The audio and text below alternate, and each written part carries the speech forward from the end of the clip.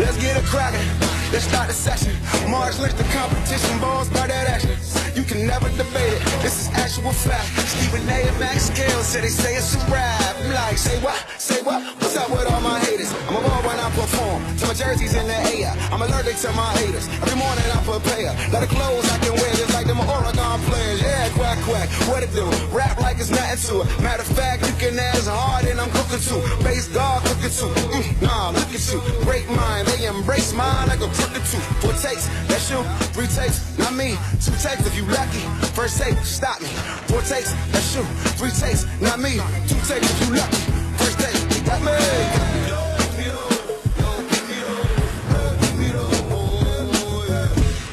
It's hump day, first take on a Wednesday, folks. Thank you so much for joining us. Max Kellerman, CJ Smith, I'm Molly Kara. I'm doing what's going on. You're revved up, I just heard you. I don't know. Well, listen, I'm always revved up. I don't like the implication that I'm ready to go. Yeah, you're always on, now, listen, always ready. I'm not ready to go at 7:30 in the morning. I'll be the first to admit that. All right? I'm certainly not ready to go when Thanksgiving you got 25 kids around just driving you crazy. Still talking You know when about you're not ready to go?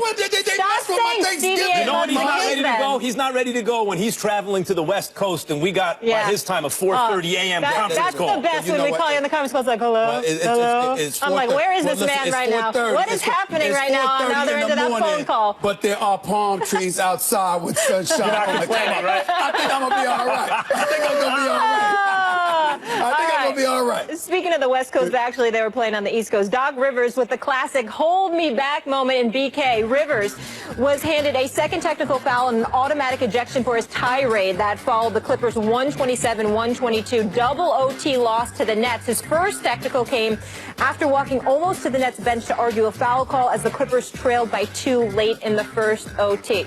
What's up, Doc? Well, I thought it was awful tech. You know, honestly, I think you guys know why the tech was called. The official who had nothing to do with the play thought I was yelling at Lauren, and I wasn't. You know, we were actually, she said, Doc, you're right or whatever, let's walk back. We were walking. We weren't even arguing. So it was the damnedest tech to give at that time, and you know what the league's going to do. They're going to fall back on he crossed half court. That's you see tomorrow. That's what they're going to say, and we're going to all know that that's not the real reason. I don't think an official that has nothing to do with the play should be giving someone a tech. That's my thing. That's why I got upset. He didn't know what we were talking about, and it wasn't even an argument. So, but listen, that had nothing to do with the game, and that's not why we lost the game.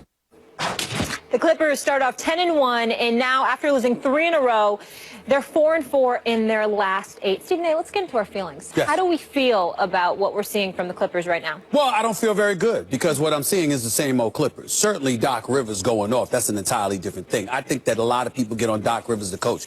I don't get on him as the coach. I think Doc Rivers is an excellent coach. I think he's exceptional and he's a champion and he's a master motivator. His record as a GM has not been the greatest because there have been times where you needed to build that bench, which I believe he went out and did this offseason. I like the acquisition of Spates. I like a Raymond Felton and guys like that on this squad. I think that they bring an added dimension to the team because it contributes to the depth. What I'm looking for from the Clippers, however, here's the problem. What did I try to tell you, Max? You know what I'm saying? I know you got Golden State, but at the same time, we talked about the Clippers. And what did I sit up there and say to you, Max Kellerman? I said, look, man, I got to see it to believe it. I know Blake Griffin could play. Chris Paul, I mean, you want a quintessential prototypical point guard. I want Chris Paul to be the leader on my team. DeAndre Jordan, it would really be nice for you to make free throws. It would really, I mean, I'm touched. You're 21st in the league in free throw shooting, and I have no doubt that DeAndre Jordan has something to do with that. I just think that's safe to say. I think that ship has sailed. His free throw ship has sailed. I just think that it's safe to say. It's safe to say. Having said all of that, what I'm seeing is what I told you when everybody was getting all excited, talking about they're the best team in the NBA. Look at their start right now. I'm like, pump the brakes, it's early. And what happens? The loss to Detroit.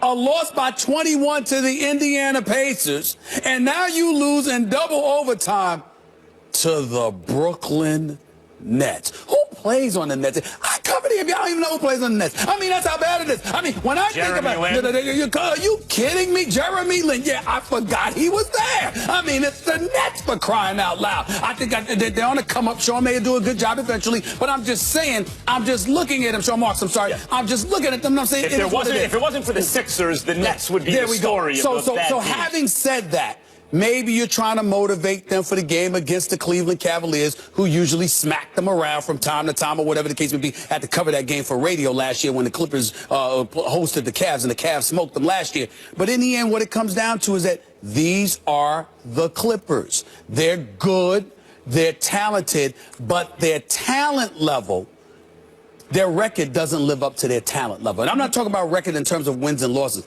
I'm talking about the type of losses that they have, and when they suffer those losses, this talent is too good for that to happen, but it keeps happening. Let's lay this example right now. I have a different take on this. First of all, let me say, before I say this, that Doc Rivers is a great coach, and that I love basketball. Really, I love the NBA more than basketball, to tell you the truth. Okay. I love the NBA. Basketball is your second love, the way boxing is mine. Right, exactly. No.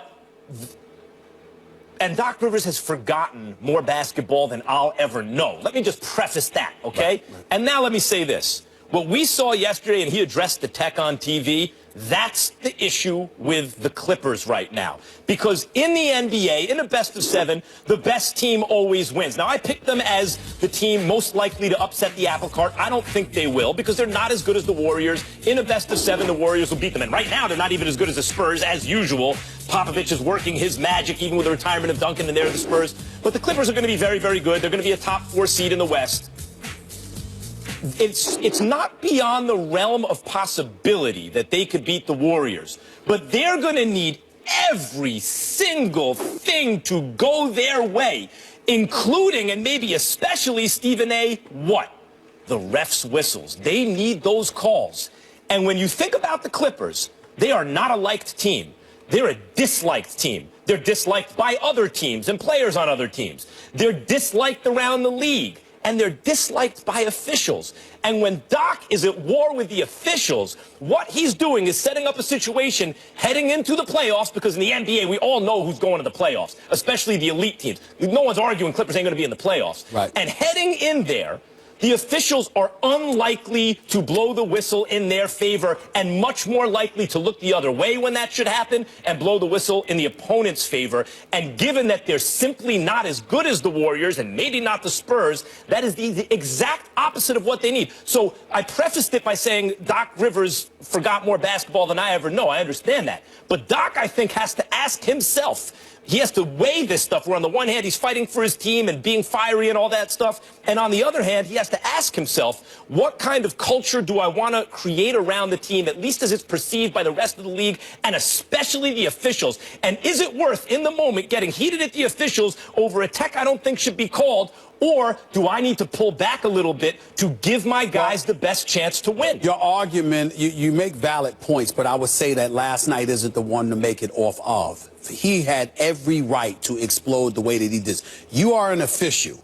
You have no business calling a technical foul and ejecting a coach from the game because he's talking to another official when you have no knowledge of what they're talking about. You don't get to make that assumption. You sort of usurped the authority that is bestowed upon the official that's in presence of the coach at that particular moment. Whoever that official was overstepped his bounds, and Doc Rivers was absolutely right to call him out on it. However, here's where it gets interesting. Covering the league as I do, and you always pause because you know where I'm going in terms of when I'm telling you information. Just so people know, hold on, just so people know, and sometimes you got to read between the lines with Stephen A. Right. He's telling you things, so stick to a point. I'm like, wait a minute, that doesn't make it. I'm told. He talked to people. Now, in this case, I'll just put it out there. There have been complaints over the last year. The combination of Doc Rivers and Chris Paul, as elite as I believe both are, they do rake officials' nerves. They talk a lot and are perceived as complaining a lot. I don't know, because I'm not always sitting actually courtside. I'm usually standing, you know, in a tunnel or whatever the case is. I don't like sitting down during the games. So my point is that I'm not always at the scorer's table per se. But you get, not that that's the only place you can complain with an official, but Chris Paul and Doc Rivers do have a reputation of really raking the officials' nerves. The officials have said privately, and it has disseminated throughout the NBA, that those two individuals beat up on officials a lot verbally. If that is true, then that speaks to your point as to what kind of impact they can have. But I will tell you this, when I watch the Clippers, I don't see them devoid of a championship because of officiating. Right. I see them devoid of it because of free throw shooting on the part of DeAndre Jordan, an offense where you got a shooting guard in J.J. Redick that can shoot 45% from three-point range the way that he is right now, but defensive lapses at the wrong time, mistakes at the wrong time on the offensive end of the floor, and dudes like Blake Griffin, who's an absolute star, but when you need him to step up to that elevated level where it ain't about the numbers, it's about the moment, there are times where we find ourselves saying, yo, Blake, where you at? But I agree with all that. And really, even with all that, it's really just the existence of the Warriors in their conference that really eliminates them from moving on. But when you look at what Doc has here, they have continuity. They've played together for a bunch of years. They have two legit superstars. They have another all-star. They have a deeper bench than they've had in recent years. They have a great coach. They have a major market. They have a team-friendly owner. They have every single thing going for them. Still probably not good enough to get past the Warriors, but that's why I'm saying Doc has to ask himself, am I giving us the best possible chance to win? Or is he and Chris Paul, are they letting their competitiveness get the better of them and not picking and choosing? Or are they whining too much? I'm not bringing Chris Paul in as part of this equation because I've seen Chris Paul judiciously go about the business of working the ref, ref 1 minute, you know, or the other minute he's quiet and he's performing. Not to mention the fact that he shows up in big moments. What I would ask you to consider is this. What's a bigger issue here? To me, it sounds like your biggest issue is Doc needing to ask himself that question you just said he should ask. To me, the biggest issue is, yo, Blake, we know you a star. What's up? Now, even last year he was hurt, so please, I'm not holding him accountable for that. But Blake Griffin is, talent-wise, is a superstar. He's playing out of his mind this year. And he's playing out of his mind this year. He sacked coach's decision last year. But you got to remember, even when he's playing out of his mind, there's those big moments. I'm not talking about big games, because he'll never disappear for a whole game. But in big moments in those games, you'd have found yourself on occasion looking for Blake Griffin. Yes. And that can't happen. He's got to be that dude, because Chris Paul's a 6'1" guard. He ain't Steph Curry going to pull up from 40. Chris Paul is an orchestrator. He runs a show. He's the captain of a ship. It's Blake Griffin's job to elevate himself to that next level. If Blake had the thing you're talking about, he wouldn't just be a top 5 or 6 player. He'd be even better than that. Yes. He'd be in the non-LeBron conversation. I need him to be for that best way. player in the league. So I'm not saying that wouldn't be even better than what they have. What I'm saying is we're reacting to Doc right now. Okay. And what Doc said on that sound based on the tech and the ejection last night. Okay. And to me, the issue there is what I said. Doc, this is your best shot. Do you want to give yourself the best shot, or do you want to stack the deck against you when it's already stacked against you? That's a fair question. That's a fair question. All right, we'll leave it there. You guys know what time it is. Trying to keep up with the Joneses. Stephen Jones, the Cowboys CEO and Director of Player Personnel, also Jerry's son, did a video Q&A with Cowboys fans and was asked to name the most difficult Cowboys decision he's had to make. No question for me, it's been our decision here to play the hot hand and keep going with Dak, and have Tony, who has handled this with such class and such professionalism in terms of what's in the best interest of our football team at this moment. But certainly been very difficult for everybody because of all the great things Tony's done for our franchise. Oh, Max, what does this say about the Joneses? I think it says really good things, to tell you the truth. Yes, I do. Look, the NFL is ruthless in terms of their efficiency, right? And that's ideally how business works. That business should be very efficient, and they run the team as a business and all that. But there is a redeeming quality about people who not only value loyalty, but reciprocate it. Who have, and this happens even with bad people who play for the Cowboys. You see Jerry Jones come out and defend them and like, dude, you can't defend that guy. Do you know what that guy just did? I mean, how many times are we up here talking about that? And it's because Jerry Jones, in his personal experience, and Marcellus Wiley, my former broadcast partner, happy birthday, by the way. Happy birthday, Marcellus. Yeah. So, but Marcellus Wiley, used to talk about this. He played 1 year for Jerry Jones. Didn't play well. For Bill Parcells on the Cowboys. And has nothing but good things to say about Jerry Jones. The people who play for him like them because he has their back no matter what. He's a loyal guy. And you see it in Stephen Jones, too. Now, it's not toward every player all the time. In this case, it's the quarterback, the longtime quarterback. That bodes well for Dak Prescott. That would make me, if I were a player, want to play for the Cowboys, that they not only demand loyalty, but reciprocate it, even when it's unpopular. And I think that's why, and in this case, they handled the whole thing right the whole time. Well, it's Romo, it's Romo, it's Romo. Okay, maybe it's Dak. Okay, now it's Dak. Hey, Tony, can you hold a press conference just telling everyone so we can move on? And what's Romo supposed to say at that point? No to the people who have been that loyal to him? I'm sure Romo, though it was difficult, probably said, in this imagined conversation in my own mind, probably said, I got to do what I got to do for these people. They do it for me. And it is a redeeming quality of the Cowboys and of Jerry and Stephen Jones. I'm being a little emotional right now because Max was so touching in what he just said. I mean, oh my Lord, the Dallas Cowboys are loyal and they're just so sensitive. He was cold as ice, Stephen A. No, I mean, hold on.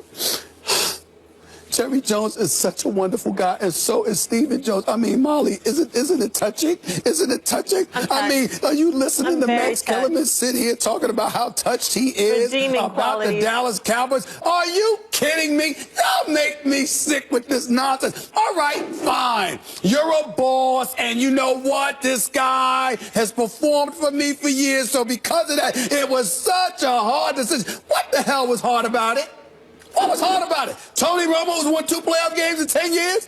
That's what's hard? That's what's hard? How about your fan base? How about the people the paying customers that you charge, the exorbitant prices that you charge to come to your billion-dollar playpen? How about that? How about the fact that they haven't had? When's the last time the Dallas Cowboys been in the NFC Championship game?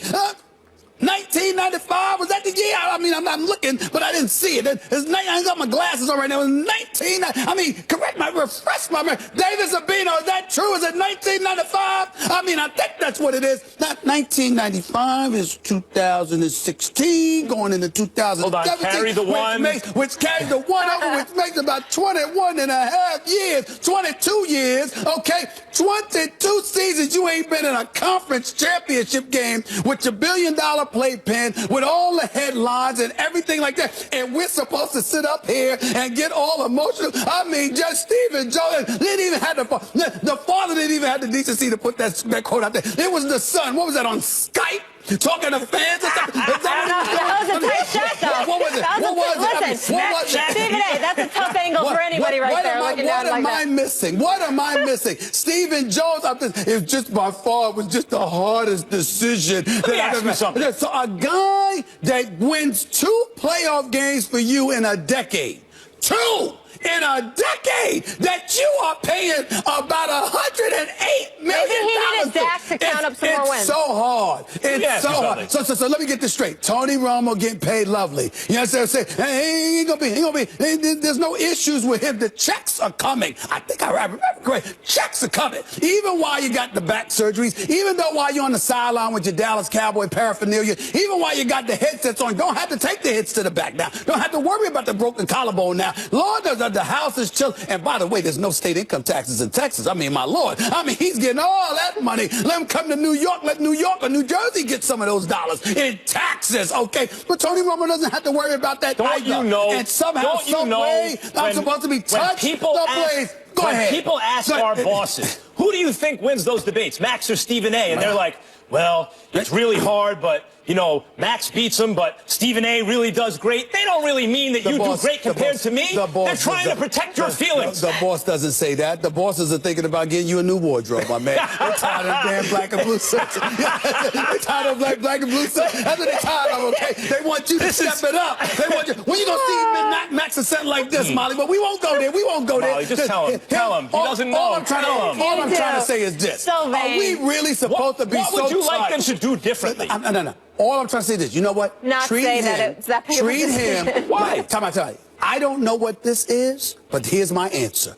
treat him like you would treat any quarterback who won 2 playoff games for you in a decade. That's all I ask. That's all I ask. Is that too much to ask, Mollywood? I don't think that's too much to ask. They handled this perfectly, and they continue to handle it perfectly. Let me tell you something. If something should happen to Dak Prescott, if for some reason his play falls off, or you don't wish injury on anyone, but some unforeseen incident should occur, and they need Tony Romo, do they want a Tony Romo who has the vote of confidence of the organization, who feels like they've had his back all along, or do they want a Tony Romo who feels abandoned? They are doing the right thing by their quarterback. That is a good point for backup situations the rest of the season. That was a very good point. By the way, feel abandoned. That's what we said. And by the way, they haven't handled. It's not like they actually didn't play Dak once Romo got better. Right? Had they done that, then I would say, wait, this comment's out of line because Dak had the highest QBR and the most games this season and yada, yada, yada. That's not what happened. They're just paying lip service to Tony Romo to keep his confidence up, and somehow that's a bad thing?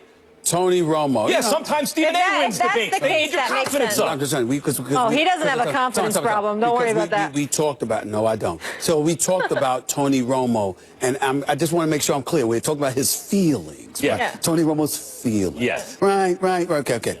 Feeling Tony abandoned. Romo, 6 years. Yeah. $108 million. Pretty good about that. Including a $25 million signing bonus. $55 million in guaranteed dollars. Yeah. An average annual salary of $18 million per. He can feed his family this Christmas. This year alone, his base salary was $8.5 million. Buy some therapy. All right. So I'm just sitting there going like this. Really? That's where we are? We're talking about his because you know what? Stephen A. Smith, you callous. We don't want him to feel abandoned in case he has to get back in the game. We need him to feel good. I just want to ask you a question, Mollywood. Yeah.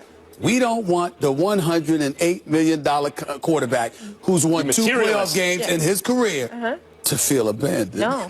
We need his mind right in case he's got to step in. I'm swaying to Max's side during this argument. It's not all about the money. It's just mostly about the money. It's always about the money. It ain't all about the money. It's mostly about the money.